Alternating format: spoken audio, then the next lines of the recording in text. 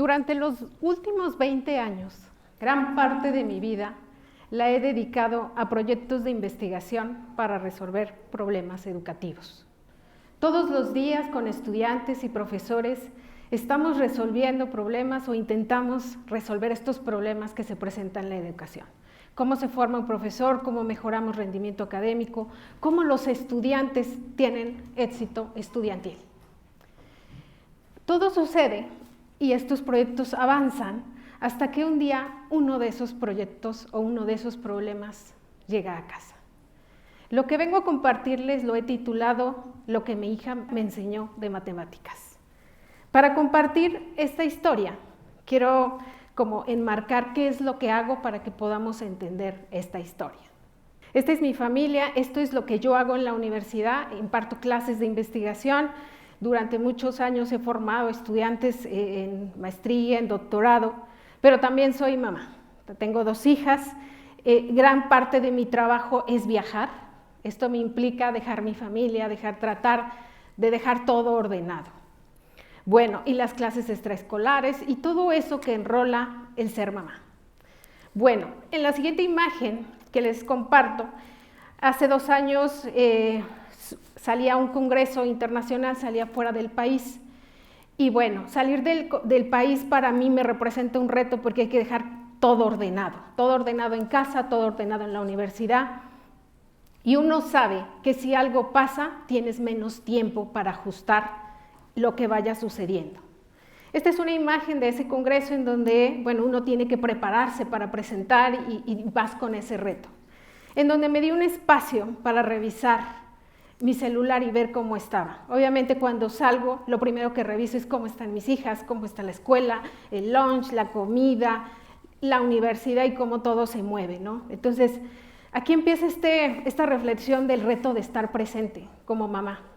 Es muy complejo y yo sé que muchos y muchas que estamos aquí entendemos que el reto de ser mamá va más allá de estar ahí, sino necesitas otro tipo de actividades, otro tipo de acercamientos. Entonces, en uno de esos momentos que como mamá llegas a la casa y le preguntas a tus hijos cómo te fue en la escuela, qué pasó, cómo con quién jugaste, con quién estuviste, uno como mamá sabe que hay momentos en donde algo no está bien y ese es este momento. Entro a la recámara, mi hija está con la tableta y empiezo a ver como que algo no funciona, ¿cómo estás? ¿Cómo te fue? Bien, mamá, ¿todo bien? Pero intuyo que algo no funciona y en eso hago más preguntas. Este momento yo los llamo como momentos de conexión. Intentar hacer las preguntas correctas, porque a veces no es solo estás bien o no estás bien.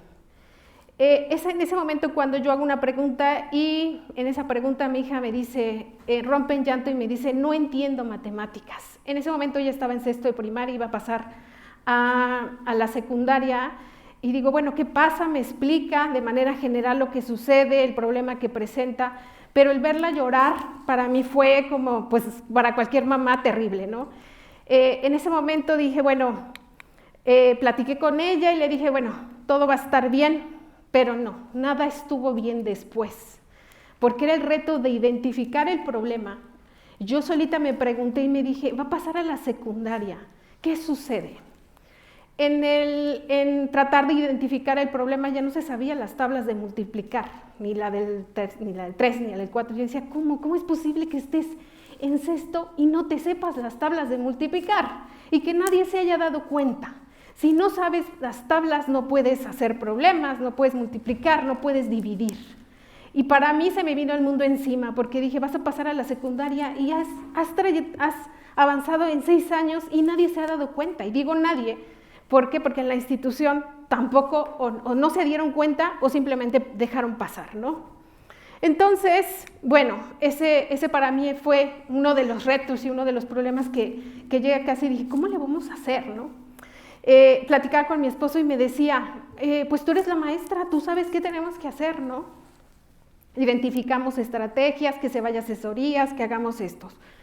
Pero yo reflexionaba y decía, es que no solamente es dar la asesoría, es ver en qué momento se encuentra y hacia dónde la vamos a llevar porque pasaba secundaria. Y es aquí donde iniciamos pues en familia el tratar de ayudarla. Tengo que reconocer, por ser esa mamá que pues está en la universidad, hace muchas cosas, mi esposo es el que toma las riendas y empieza a trabajar con ella junto con mi hija. Ahí encontramos algo que me parece que es valioso y que más adelante cobra sentido, que son los hábitos de estudio. Tuvimos que identificar tiempos, estrategias, motivación, buscar formas de sacarla adelante porque el tiempo estaba encima para que ella pasara a secundaria.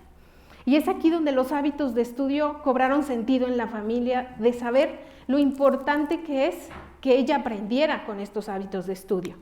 Después salimos adelante, sí, con pues las estrategias, con todo lo que fuimos haciendo, pero platicando nuevamente con mi hija en esos momentos de conexión, le digo, ¿y qué pasó? ¿Y ya te va? Sí, mamá, ya me va bien, ya estoy mejor, pero me dice, mamá, así como yo, hay muchos. Y nuevamente viene como otro, digamos, baño de agua fría, porque ¿cómo muchos? Y en ese momento pensé y dije, yo que estoy en educación, que tengo la familia, que lo apoyamos, ¿qué pasa con los niños que nadie se da cuenta, que pasan por el sistema educativo y nadie se da cuenta que tiene un problema en matemáticas? Y si se dan cuenta los papás, pues no tienen tiempo y es pues, ahí vas avanzando, y el niño, por supuesto que va avanzando en el ciclo escolar, pero va rezagado en matemáticas, ¿no? Entonces, para mí fue como, ¿cómo vamos a hacerle? Porque ahorita ya resolví el problema de Sofía, pero los demás niños, ¿qué sucede, no?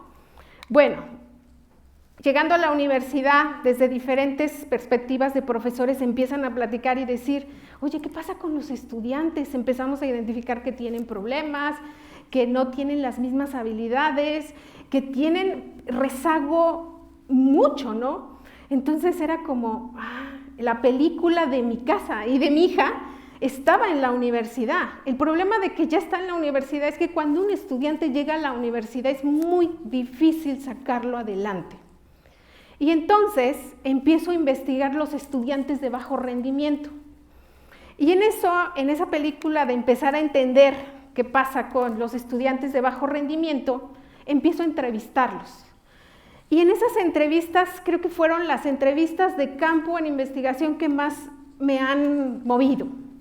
Escucho a un estudiante que me dice, estudiante que ya iba en primer semestre, llevaban 7 materias, 5 materias reprobadas. Y le digo, ¿qué pasa? ¿Qué pasa? ¿Por qué? ¿Qué te sucede? Lo que pasa es que llegué a la universidad y es mucha información, no sé cómo trabajar la información, no sé qué estrategias tengo que utilizar, no sé si lo tengo que hacer de noche o de día.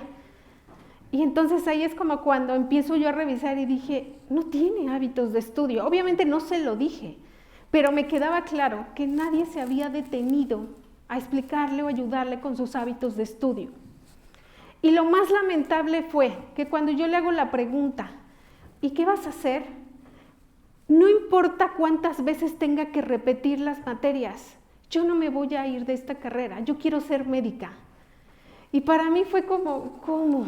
O sea, es tan difícil ver a un estudiante que quiere una carrera, pero que nunca nadie en el camino se detuvo a colocar hábitos de estudio, a acompañarla. El mismo sistema educativo en este momento presenta muchos problemas, y entre esos que los estudiantes avanzan de primaria, secundaria, prepa y universidad y los dejan pasar con muchas brechas de conocimientos, de habilidades. Y es para mí un reto porque decimos, ¿qué hacemos? ¿Qué hacemos en la universidad con estos estudiantes? Muchos de ellos desertan, otros se cambian de carrera y otros deciden, pues voy a tomar un sabático y se preguntan todo el tiempo, ¿qué pasó? Y cuando llega el reto no lo pueden resolver porque lo tienen que resolver ya. Entonces, un estudiante que se queda atrás en matemáticas no solo es, pues ya te irá bien más adelante, no los vas a necesitar, quizás eso no es para ti, pues no estudies algo de matemáticas. No, el problema es que cuando alguien se queda atrás, pierde la posibilidad de crecer, pierde la posibilidad de elegir, porque así como lo vemos, este estudiante quiere una carrera, pero ¿qué crees? No tiene las habilidades, entonces va a tener que cambiar de carrera, va a tener que cambiar de un sueño y va a tener que hacer otra cosa, que quizá no es su sueño, pero no tiene las herramientas para cursar materias. Ahora bien, alguien va a decir, bueno, pero ¿por qué las matemáticas son tan importantes? Dentro de este trabajo de investigación me doy cuenta que las matemáticas no nada más es la matemática por la matemática, es que en las matemáticas está la resolución de problemas, está el pensamiento crítico, está el razonamiento lógico, está el razonamiento analítico, hay mucho detrás de las matemáticas.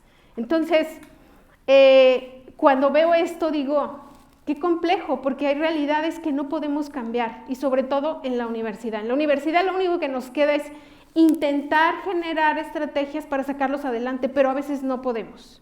Y el número de estudiantes que están llegando a la universidad con problemas de razonamiento matemático, de lógica, está creciendo mucho. Para nosotros nos preocupa. Y el problema es que viene atrás. ¿Y qué hacemos con lo de atrás, no? Entonces, a raíz de esto y de esta reflexión, siempre que intento hablar con padres de familia o en la misma universidad, les digo, ahorita que viene Navidad, todos preparan ese regalo envuelto, ¿qué quieres? ¿Quieres un videojuego? ¿Quieres una tableta? ¿Quieres un teléfono? Y yo hoy en esta sesión quiero decirles, hay unos regalos que ustedes les tienen que dar a sus hijos, que podemos construir todos los días, que son hábitos de estudio, que es la parte de momentos de conexión. Yo no le voy a llamar momentos de calidad porque no son momentos de calidad. A veces estás con tu hijo, pero no estás. Necesitas conectar con él, necesitas saber su necesidad.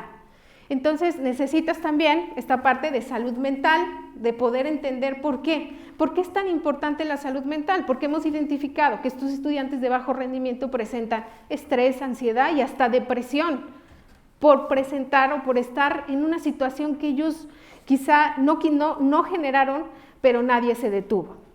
Entonces, siempre detrás de un niño que tiene, o de un estudiante que tiene un logro académico, y también lo voy a cambiar a la inversa, o que tiene un bajo rendimiento, o que no entra a la universidad por una prueba de actitud académica, hay estos elementos. Un elemento que tiene que ver con un niño que no fue escuchado. Si yo no me hubiera detenido a escuchar a mi hija, probablemente ella pasaría y sería la estadística de las estudiantes que vengan con bajo rendimiento y que probablemente no hubiéramos podido sacar adelante. Un estudiante también tiene que trabajar con lo que llamémosle, digamos, escuchado, pero también tiene que ser atendido. No es suficiente que lo escuches, es que lo tienes que ayudar a resolverlo, ¿no? Tiene que haber un estudiante que se sintió capaz. La autoconfianza de un estudiante es muy, muy importante porque en el momento que la pierde es excluido de sus compañeros. Hoy por hoy en las universidades se trabaja de manera colaborativa todo el tiempo y es muy lamentable que los estudiantes tengan que salir de los equipos porque no trabajan.